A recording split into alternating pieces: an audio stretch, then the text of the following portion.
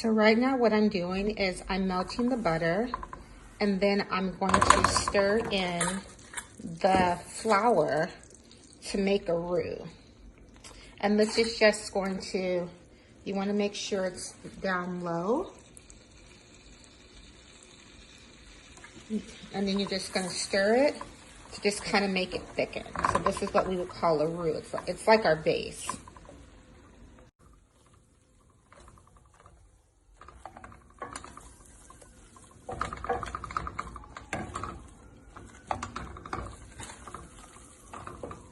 Yeah, now we have our roux, and now I'm going to add the milk.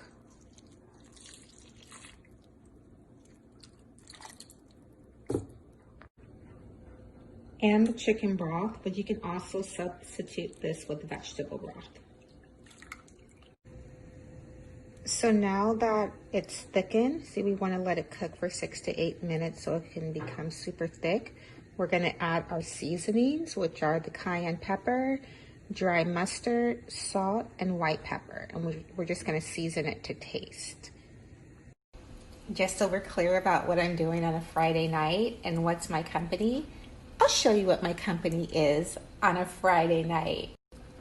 Ingredients and food is my company. Yeah, I'm making Mela's mac and cheese. But you know what's the best part is? My coffee! So for the nutmeg, I like to grate fresh nutmeg because you can do already grated, but I like it fresh because it's more impactful. So you just want to do the nutmeg. Then you're going to add cayenne pepper. I like a little kick, so here's the cayenne. And again, every time you put something in, you just want to stir. Then you want to add your dry mustard. And this is the Himalayan salt that I was referring to on our meditations. Toward the end, I like to use a whisk just to make sure it's thick. It gets on the bottom and all the seasoning is going through. Then we're going to add our cheeses. So this is our Parmesan. Add our cheddar cheese. Also add Gruyere cheese. You can do Gruyere or Swiss. I like Gruyere a little better. Hey guys, it's the behind the scenes. I'm doing all the videotaping, so if you're wondering why it's so good, it's because of me. So you want to put 3/4 of the cheese mixture into the roux and just stir it and let it melt. You want to leave a little out extra because we're going to put that on top.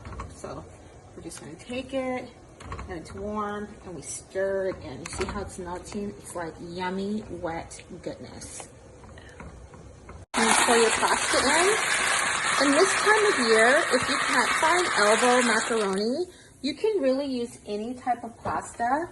So don't feel like, oh my gosh, the store doesn't have elbow macaroni, I can't make mac and cheese. Like you can use, if it has like a little curl to it, you can use any type of pasta. Let's check on our roux. Okay, that looks like it's all melted in, so that's all set.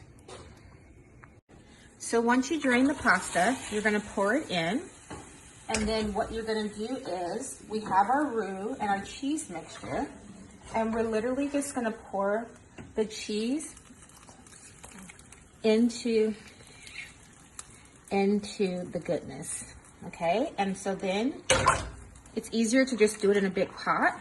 And you're just gonna stir it and coat the mac and everything.